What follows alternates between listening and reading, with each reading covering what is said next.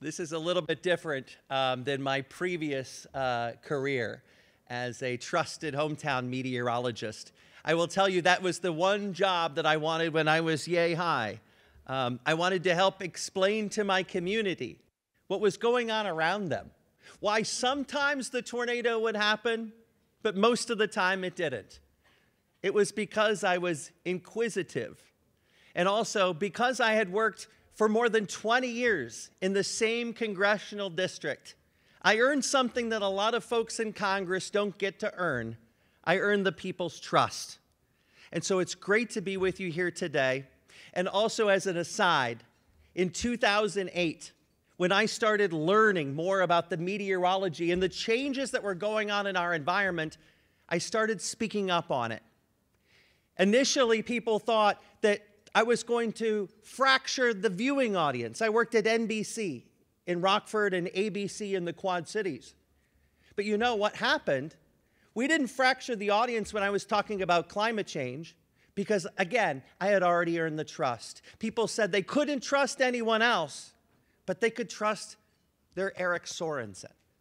And they were also the ones that elected me to Congress to be the first meteorologist in 50 years.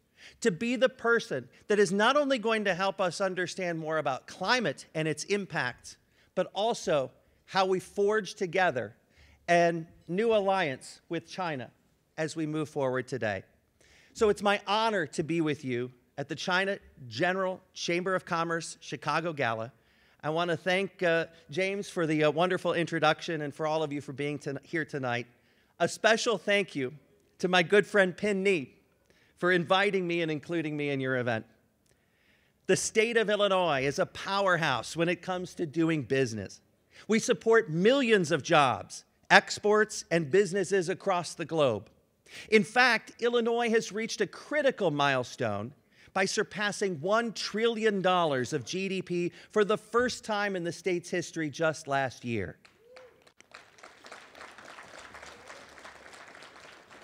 This is an incredible achievement.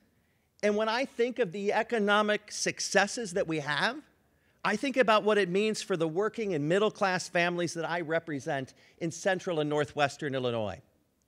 When we succeed economically and when we provide the tools to grow, we make sustainable investments in our communities, in our families, in education, and make sure the state of Illinois can support the jobs of the future. It's so critical that we find ways to work together to make our state's economy as strong and as potential for growth. Just this last week, we saw President Biden attend the APEC summit in San Francisco, where trade with China was a major topic of discussion. In 2022, Illinois exported oilseeds and grains with a total value of about $5.5 billion to China. Pharmaceuticals and medicines became the second largest product category exported from Illinois to China, with an export value of $426 million. And 55,000 Illinois jobs are supported by our exports to China. To grow the economy in the state of Illinois, we need to make sure that we have good trade relationship with China. We also need to make sure that we're investing so that we can build the sustainable Illinois for future generations. That means supporting the development of renewable energy technologies all across our great state.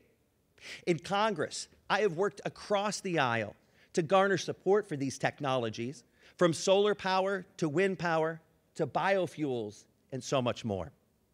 In my district and across our state, we have companies and small businesses that are working as hard as they can to develop new technologies that will support sustainability through cleaner energy sources.